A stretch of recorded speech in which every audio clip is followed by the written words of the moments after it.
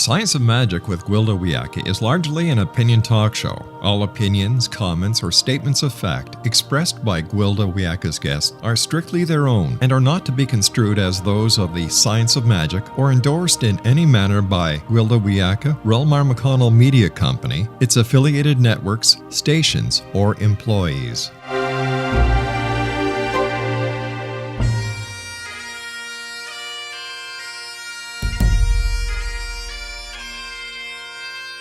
Welcome to the Science of Magic with Gwilda Wiyaka, a program dedicated to uncovering the unified nature of reality and humanity's ever-evolving place as truly galactic beings. For more information on the Science of Magic with Gwilda Wiyaka, visit us online at www.thescienceofmagic.net.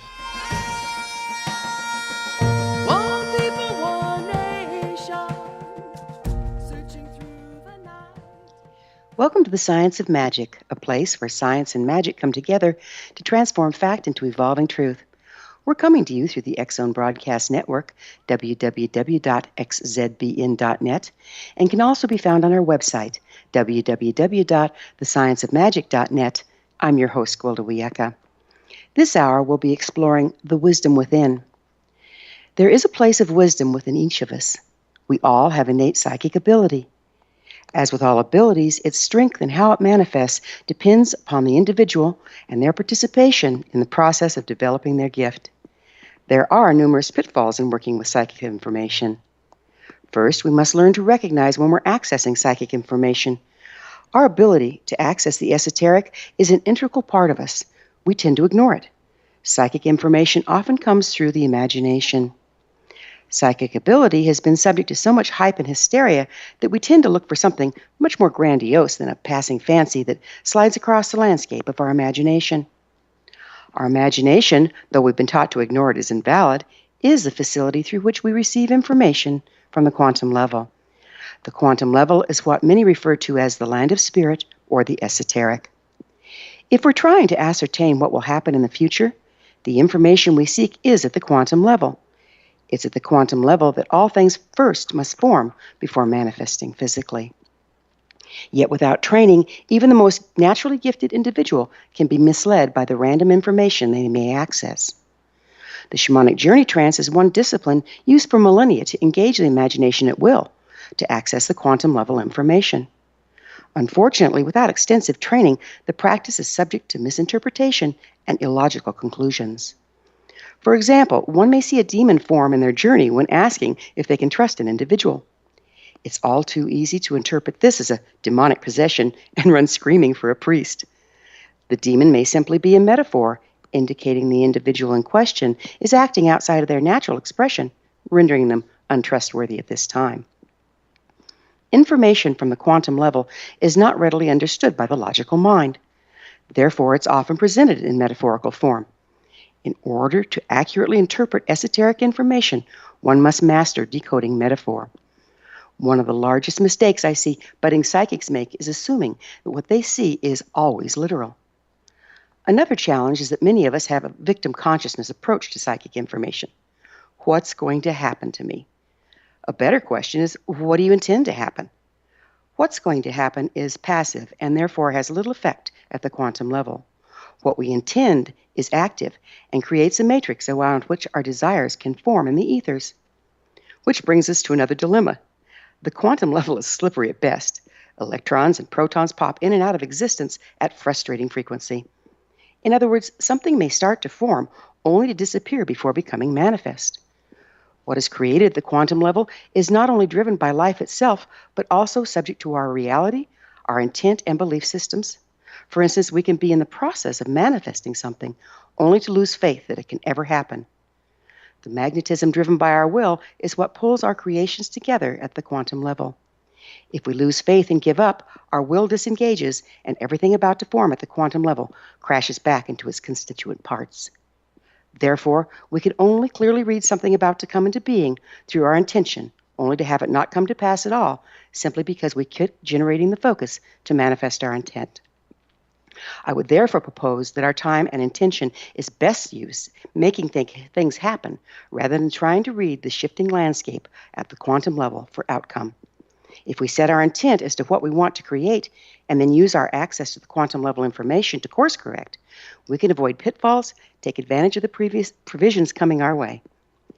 We can try to ascertain our fate or use the same gifts to co-create our lives through clear intent, following our inner wisdom, and taking right action.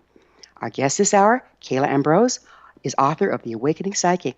After this commercial break, I'll introduce Kayla and we'll discuss psychic ability, inner wisdom, and life purpose, so don't go away. You're listening to The Science of Magic. Prior innovative episodes can always be found on our website, www.thescienceofmagic.net.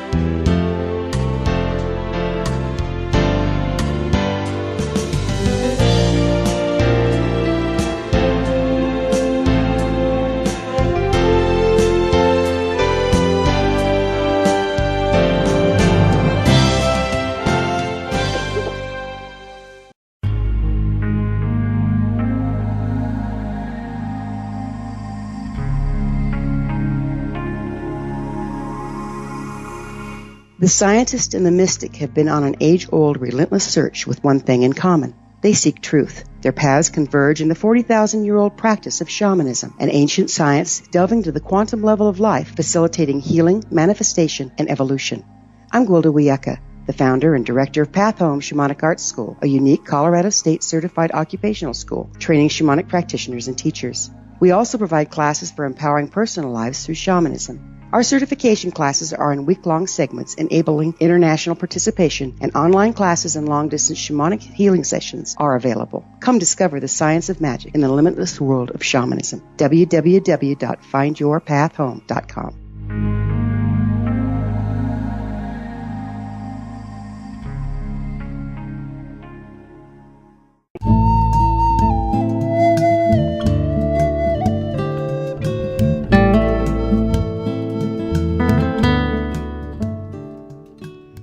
Welcome back. This is The Science of Magic, dedicated to unification and evolution of consciousness.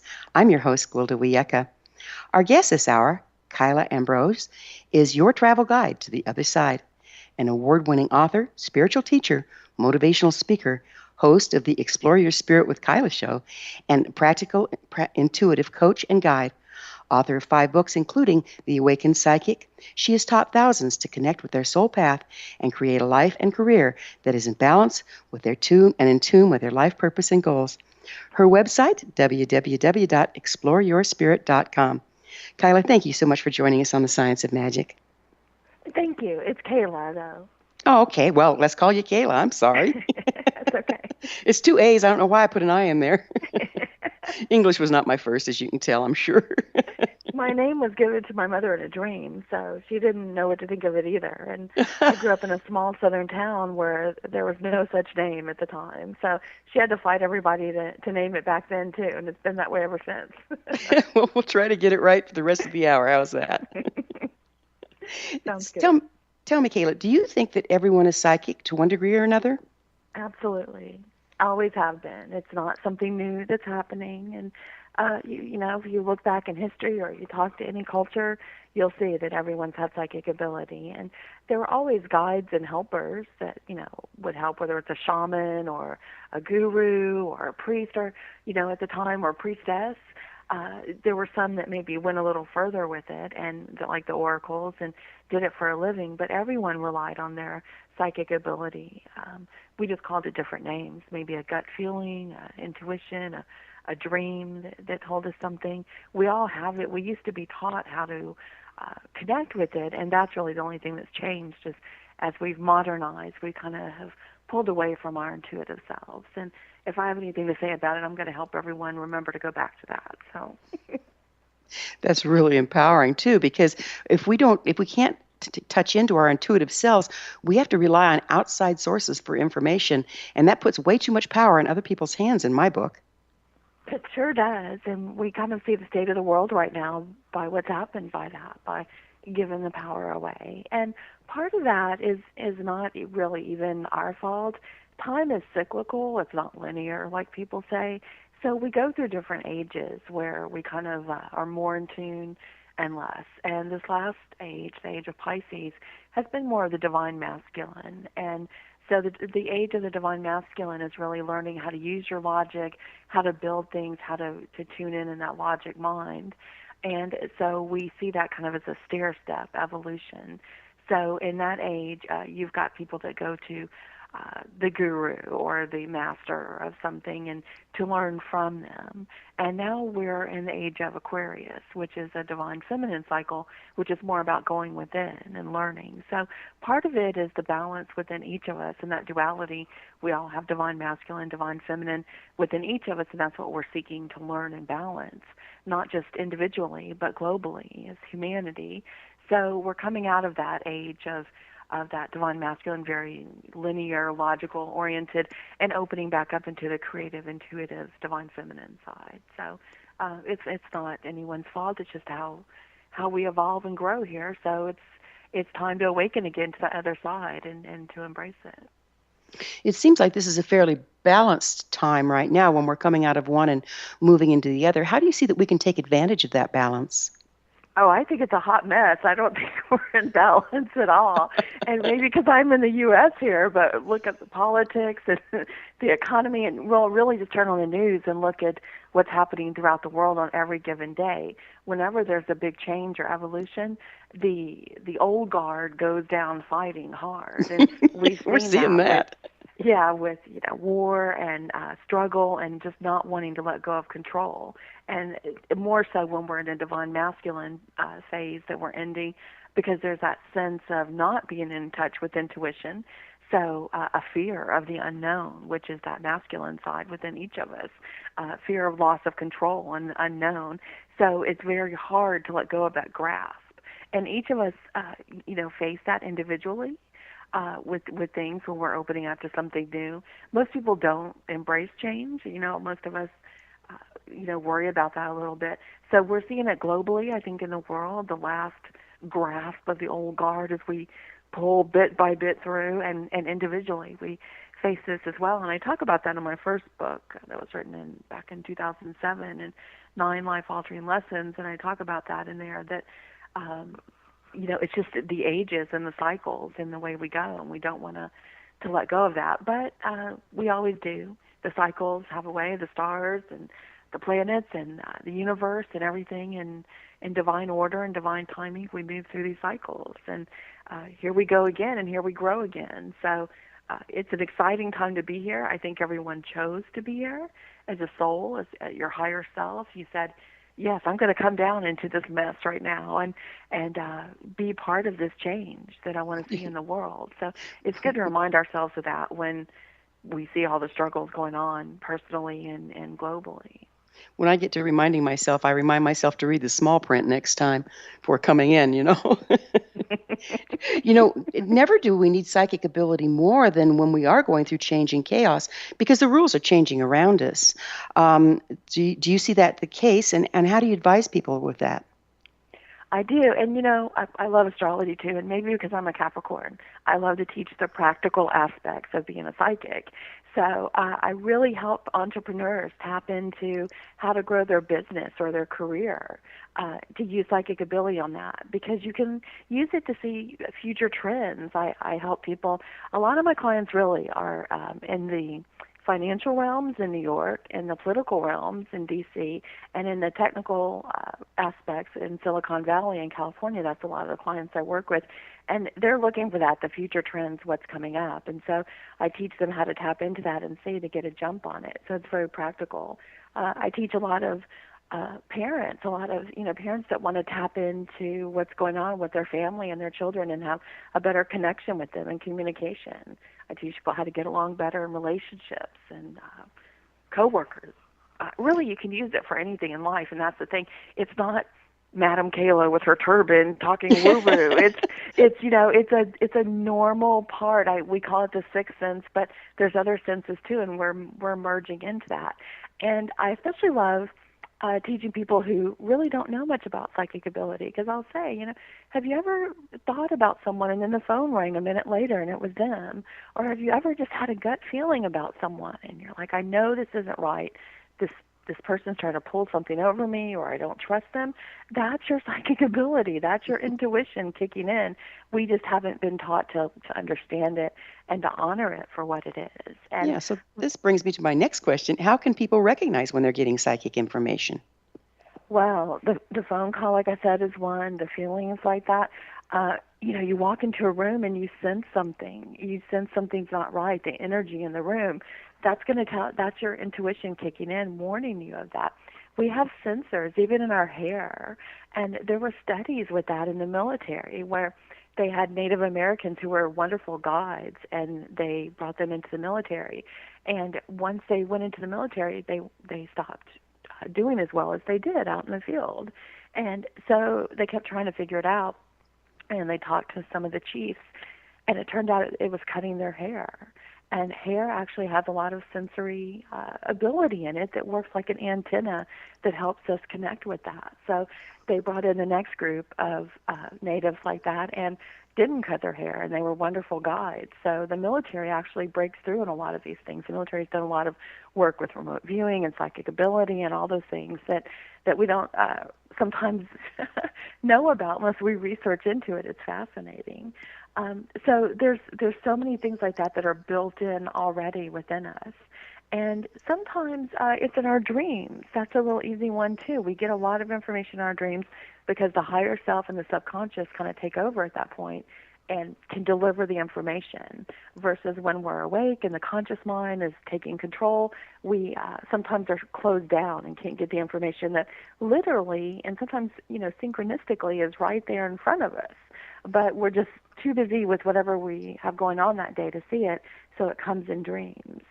Well, that also brings me to another question, is how important is being able to interpret metaphor and getting the accurate psychic information that's coming through? Because I know a lot of times we have to really work at interpreting our dreams before we get the accurate intel. One of the things I teach my students is if you have a dream like that and you're not sure, you're not a dream interpreter, so you don't know, is to ask. We all have guides that want to help us on the other side, but they have to be asked.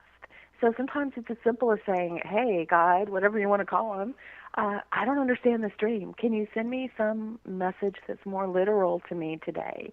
And then look for signs when you're walking around. Maybe literally you'll see a flashing sign on the freeway or something, or someone will say something to you out of the blue, or something will happen to you that day to give you a deeper, understanding of it. And it doesn't really always work just to go to the dream books that have the interpretations, because dreams are very personal and unique. And, I want to say we're all like snowflakes in that way, but we are. And so you may read a dream book and it says, oh, if you dream about a flower, it means this, but it can mean something very different in your dream. So yeah, I teach that in the shamanic classes that I teach, because the metaphors are actually coming from your subconscious. Now, we have a group subconscious that the dream books try to draw on, but boy, if it doesn't really feel right, then it's probably not the right interpretation. Is that what you see? yes, and that's learning to be your own psychic and being able to use your own intuition and the help of your guides as well to help you delve deeper and understand it, and keep a journal of it, because the more you do, you can look back and not just journal the dream, but journal what happened to you afterwards, if anything of note that kind of corresponded with the dream. And then you begin to build your own dream book so that you can compare and learn. And like anything, the more you practice, the more you work at it, the better you're going to get. So do you see when you're working on behalf of someone else that it's their metaphors that come through rather than your own? It depends. Now, if someone calls me for a dream interpretation, yes, I really delve into that with them. What does this mean to you? Okay, I picked this up in the dream. They're like, oh, I didn't even think about that part. And I'm like, yes, why does a bucket always appear in the dream? What's this bucket? And so sometimes I'll help them delve into it like that. But if they're asking me to delve in psychically, then because I read auras as well, that's my other book with Llewellyn, The Awakened Aura, and I've taught that all over the country here, is to see the aura. So I read the aura. I see karmic markers in there. I see symbols. I see what's going on. So I'll read in that as well as look into the other side, look into the Akashic records, look to see if there's any karmic markers and other things that may be communicating to them through the dream state because they can't get the message through in their daily world. So you think we get a lot of messages from dreams when we can't get them in day-to-day life, or do you just get both and need to pay attention to both? I think it depends, on the person, place, and time, but I break dreams down into 4 different types, and some of them are teaching dreams where they're trying to show us something to help us grow.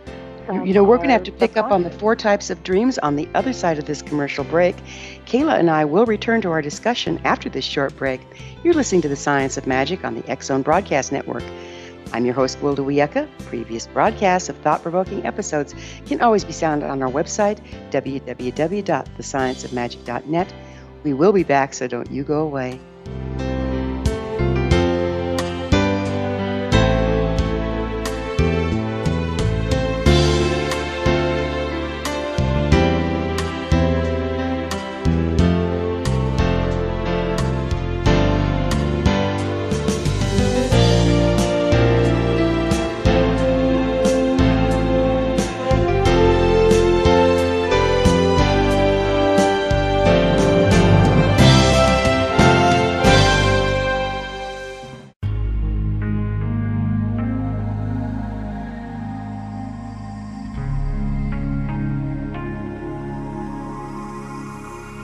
The scientist and the mystic have been on an age-old, relentless search with one thing in common. They seek truth. Their paths converge in the 40,000-year-old practice of shamanism, an ancient science delving to the quantum level of life, facilitating healing, manifestation, and evolution.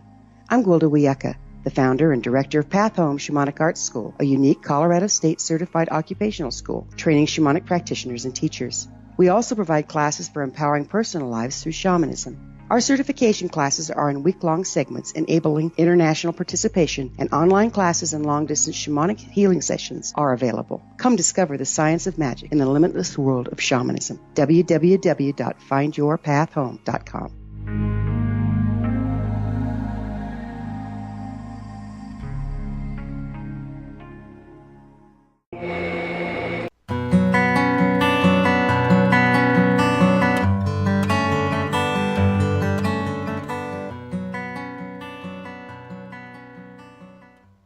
Welcome back. This is The Science of Magic, a place where magic and science come together to promote enlightenment.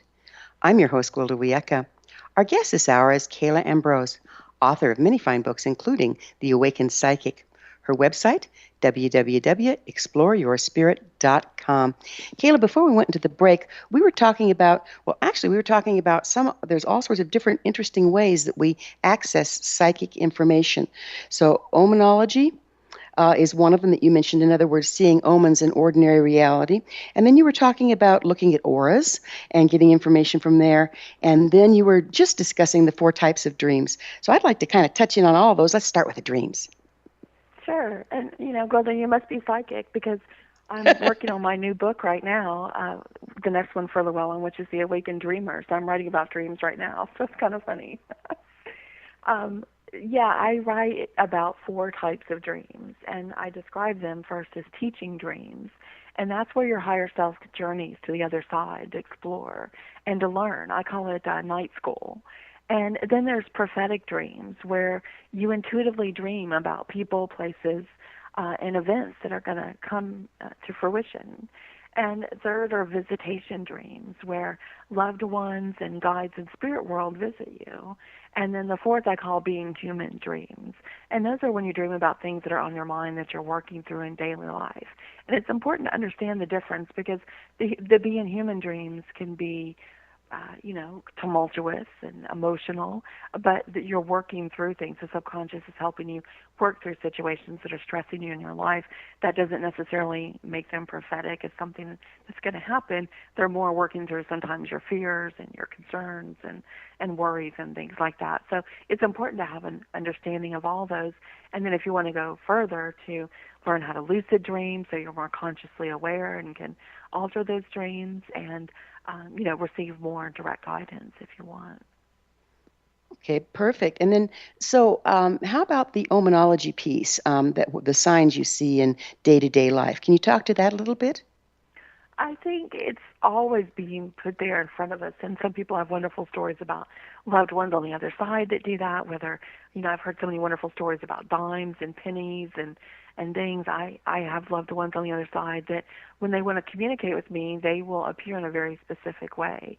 One of them is always with a bird, a type of bird that will appear, and if I'm in some part of the world where that bird isn't there, it'll appear on a card or a notebook or a sign in a store. There's always a way. So our loved ones and guides always find a way to send us that information. And if you want, you can actively take part in that. You can say, when you want to show me that you're near, whether you're talking to your guide or a loved one, say, I want to see this. And whatever it is for you, a feather, a dime, whatever item, ask them to bring that nearer to you so that you know that they're actually there and trying to speak with you and to give you guidance.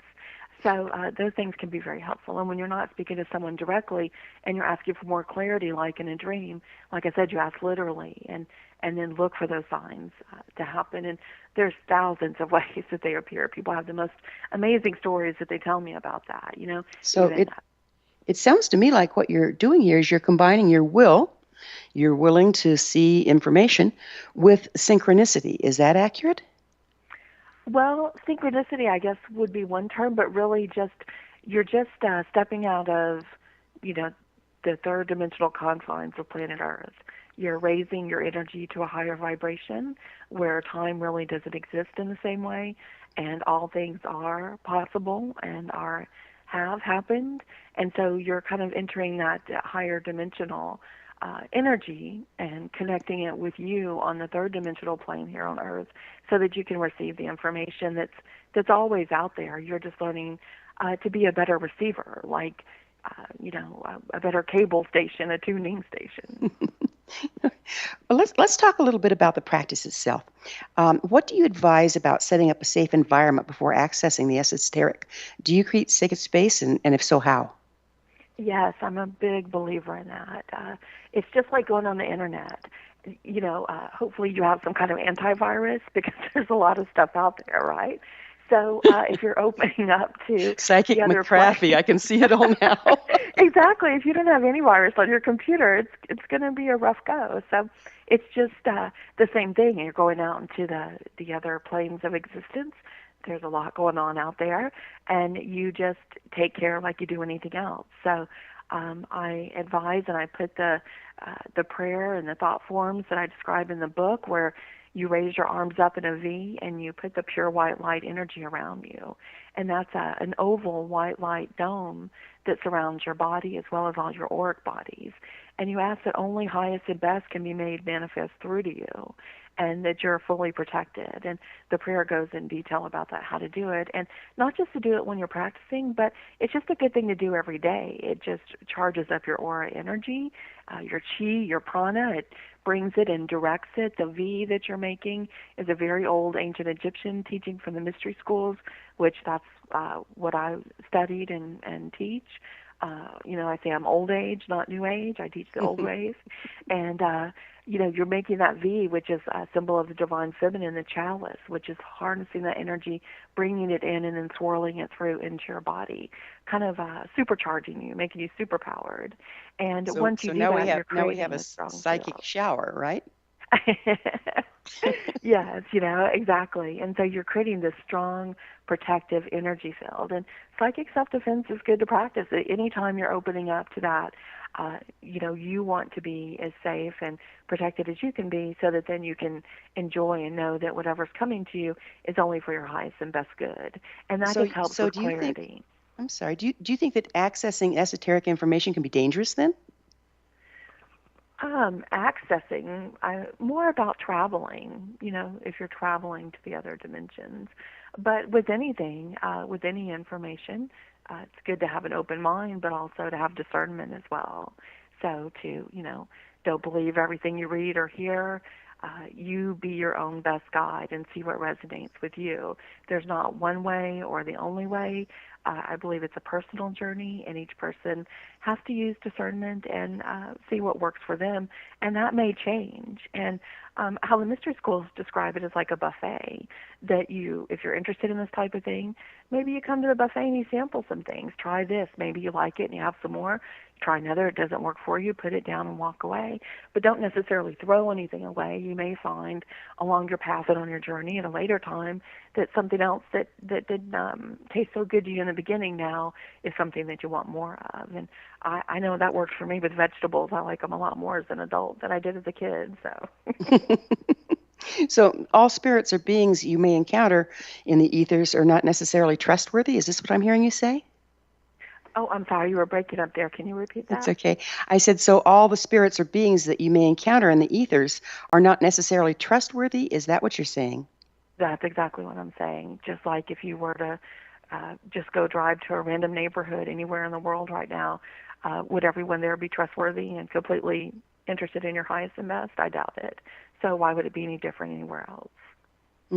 So, are there some techniques that you can teach people to be able to make sure that they're getting in touch with the trustworthy ones and not subject to the ones that are not? They are, but I don't know if I could teach that in a couple minutes here. But yes, you definitely want to have, and that's why I say I'm your travel guide to the other side. You definitely want to have a guide or someone that helps you to learn these things before you open up to that level. For most people, if they're beginners, like the question you're asking, for someone who's never done this and is a neophyte, a beginner to this, you want to start by reading up on it and then, working with a group or working with a guide and people that will show you these basic things, how to travel, how to do so safely. Just like if you're traveling, to a foreign country for the first time. Maybe you go with a group and you study and you read books and you see where to go and where not to go. Maybe you take a group tour and have a guide. Same thing, if this is a beginning thing to you and you're not sure about those things, then yes, you want to. But a lot of what I write about and what I teach about, it's just opening up to your intuition, not at this depth where you're going over to the other side or talking to spirits, but again, more practical, just opening up to your intuition to get information to help you with work or your daily life. Okay, so I find that when I'm working with esoteric information, whether it's for me or for someone else, that if I I'm very clear on my intent and use my spirit guides, then I can pretty much rely on what I'm getting because I'm at that point taken to a level of frequency where truth lies rather than things trying to trick, fool, or control. How does one get in touch with their spirit guides in order to have that kind of support? Well, it begins by setting up a daily practice, starting first with some type of meditation and working on building your energy bodies. And that starts with the aura, where you build up your white light energy. You build up a practice of meditation so that you've learned to focus the conscious mind and then to open to the other levels. And then you study these things so that you can go further with it and open up and then safely travel over to the other side and communicate. How can you tell when you're on the other side?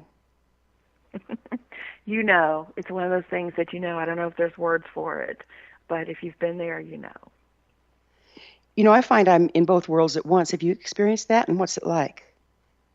My mother and my grandmother called me Spirit Walker, and that's because I came back this way. Always, I remembered past lives from being very young, little girl. So they always call me Spirit Walker, meaning that I had one foot here on the earth plane and the other always in spirit world.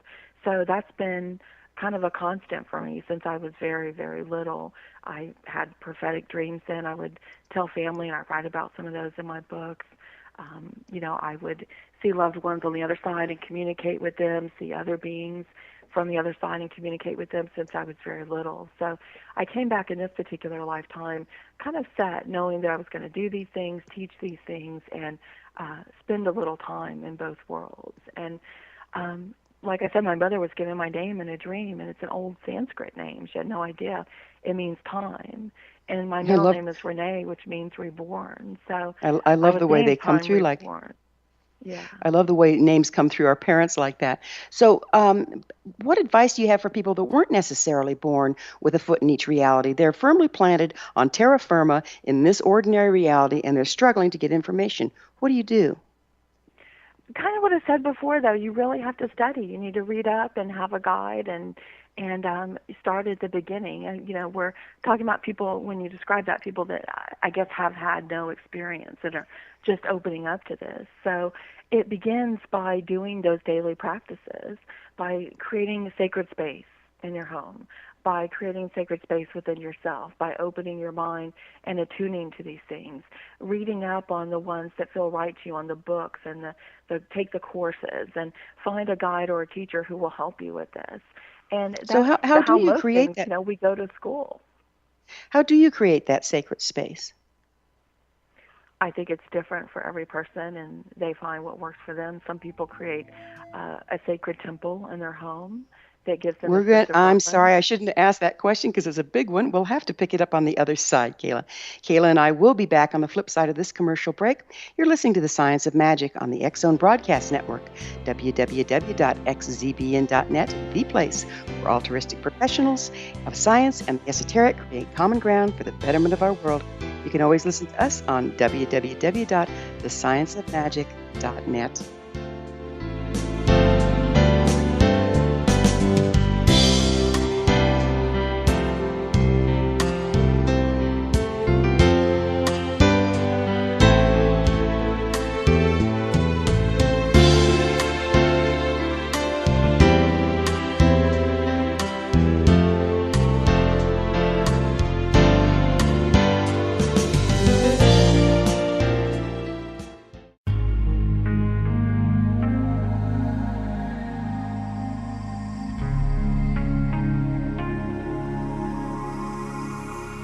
The scientist and the mystic have been on an age-old, relentless search with one thing in common. They seek truth. Their paths converge in the 40,000-year-old practice of shamanism, an ancient science delving to the quantum level of life, facilitating healing, manifestation, and evolution. I'm Gwilda Wiyaka, the founder and director of Path Home Shamanic Arts School, a unique Colorado State certified occupational school training shamanic practitioners and teachers. We also provide classes for empowering personal lives through shamanism. Our certification classes are in week-long segments enabling international participation, and online classes and long-distance shamanic healing sessions are available. Come discover the science of magic in the limitless world of shamanism. www.findyourpathhome.com.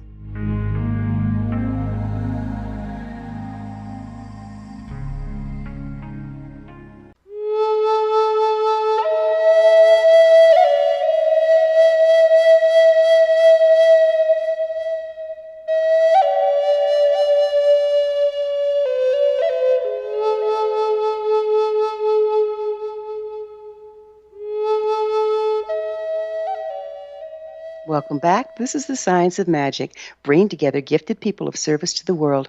I'm your host, Gwilda Wiyaka. Our guest this hour is Kayla Ambrose. Kayla, we were just starting to have fun with sacred space. I think sacred space is so important for anybody, don't you? I do, and I love to give tips about how to create that sacred space in your home, which our home is our temple. It's where we spend the most of our time, and should re-energize us and make us feel good about things. And so I ask people to be aware of the words in their home, and because everything has energy, and so what you speak aloud, every word that you say, there's great energy and power behind it. Everything begins with the word. So I say to students, imagine if you have one of those blue lights like you see in those CSI movies that show, when there's a crime scene. Imagine if that blue light you could shine in your house and see all the words that are on the walls of your home. What does your house look like, and what is it resonating? Because all that energy is resonating off of the walls. So once you think about that, it's time to maybe change the energy or renew the energy or heighten it in your home. So, you begin simply by changing what you say, creating a more sacred space with kinder words of love and encouragement and compassion. And when you're arguing, you catch yourself and maybe don't blast out that energy in your home like you might have done before. And then you'll want to do a cleansing ritual. And most people are familiar with this and do this, whether they use sage and smudging. You can also use a bell. You can use sound to clear energy, and water as well, blessed water. And then you can paint. You can paint the walls. And as you do, put new energy, play beautiful music, speak words that you want. And I even give a description of how to write with the paint the words and then paint over it so no one sees it but you know it's there. And there's even ground quartz crystal that you can buy in a lot of the big home improvement stores that you can take in your hands. It's in a bag, and you hold the ground quartz crystal and you put it in your hands and you charge it with the energy and intention. And then this is in the paint department of those stores. You mix it into the paint. And I've painted my walls with this ground quartz crystal. And as I'm painting, I'm charging it with that energy of love or prosperity or healing, whatever room I'm working on, and literally paint that and charge it with the crystals in the walls. So you're adding to your intention. Some people use the decorative lettering that's been popular now for many years, and you can get those personalized with quotes that you put.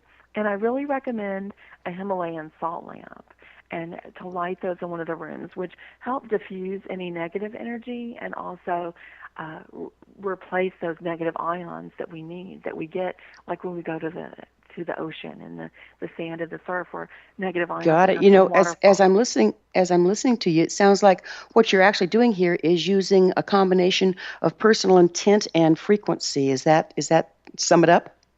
Yes, and the best part is most of these things are, easy, affordable, and a lot of them are natural, like the quartz and the salt lamp and water and salt and all these things. They're easily available to us. Got you. So let's change the track a little bit. And what advice do you have for our listeners that might be interested in seeking advice from a psychic outside of just getting their own information? Well, ask yourself what you're looking for when you go for that reading. Make sure you have very clear questions. And the oracles back in the day, you would go to them and you'd have the opportunity to ask a question or two to get guidance. So the clearer you are with your intention and your energy to the question is going to help with your reading. But really what I'm kind of on a mission to do now is to help everyone awaken that ability within them. And not just through me. I'm just trying to put this energy out here in the global consciousness that everyone is psychic and has their own ability. So sometimes you may want to use a psychic if you need clarity on something, but the goal, and I think where we're moving to, is to be your own inner guide. And your higher self has this energy, has this key to everything on the other side in the higher planes, and you can learn to access it and be your own psychic. And really that's kind of where we're evolving into and where I hope people go. Yeah, no truer words were ever spoken. We really need to start being our own authority. Although I do have to say, I go to people that I have trained and I know have good, competent skills. Sometimes when I'm too emotionally involved in something, so I'll compare what I get with what they get and get a more in-depth view. Have you done that? I think that's an excellent point, that compare is the perfect word that you use there. So it's just helping someone who can step outside of the emotional field for yourself and to help you get more clarity on a situation. And that's always helpful, whether we go to a friend, a psychic, a therapist, anyone who's helping us get more clarity. But then at the end, we still have to do the work and figure it out and follow our intuition, because no one knows you better than you. No substitute for rolling up a person's sleeves, right? do, do you think we're totally subject to fate, or can intent and actions change outcome, even if we've already seen a particular event through psychic ability? We change our outcomes and our destiny every single day. I see these karmic markers in people, and these are things that are brought back from past lives, where they're a beacon, and they attract energy to us so that we'll have a certain experience or meet a certain person or be in a certain type of activity. And that will continue to bring that experience to us. But our free will dictates how we receive it, how we process it, and how we act upon it. And judging by those actions and what we do or how we act upon it reflects if it stays, if it dissipates, if it goes, and if we put our life on a new path. So every day, every moment, with every thought, every word, every action, every deed, we are changing the path of our life. And while those beacons may continue to bring some experiences to us until we kind of get it and then it dissipates and disappears, we move into a new place. But we are in complete control of how we choose to act upon it or let it have any effect upon us. And that is the great secret, one of them, that if we all understand that we are creators and we create every day by doing these things. And so we really affect our destiny in many ways by that. And the fates will, bring time and tide like all things, but we can be the captain of our ship and sail where we want. You know what I've seen is being the captain of your ship. It seems like we live our lives a lot in knee-jerk reaction to stimulus. So, this stimulus elicits this response. And unless we change that, we're going to have the same outcome. How can you use your intuition or psychic ability to start seeing where you're just doing a knee-jerk and you're not really being a co-creator? It has to do with looking within, with self-introspection and observation. And as the old temples used to say, man, know thyself, and I will know God, and as they would describe the universe at that time. And so when we self-introspect, when we learn who am I and why am I here, and look within, and that's really what I love to teach. The courses I teach are about that, because once you really understand who you are at the deepest level and you're in connection with your higher self, then you have a much clearer understanding of yourself and the world around you. You begin to understand that there's very little that's called universal truth. Most everything in the world is perception. It's a perception that you have and that others have based on how you were brought up, what happened to you in your life, what you were taught in your childhood and later, and how you programmed yourself to feel and believe and judge things. And we walk around judging a lot. And that's because that's part of the human condition, to look, observe, judge, and see, what's going on here. But as we grow and evolve and more into our higher self, we become less about judgment and more about understanding that it's perception, and then having the discernment to understand what's going on. And when we're in that higher self, we're in a different energy type frequency, so we don't react the same. We're more in control of the emotions. It doesn't mean that we don't have emotions. We still do, but we understand the emotional reaction.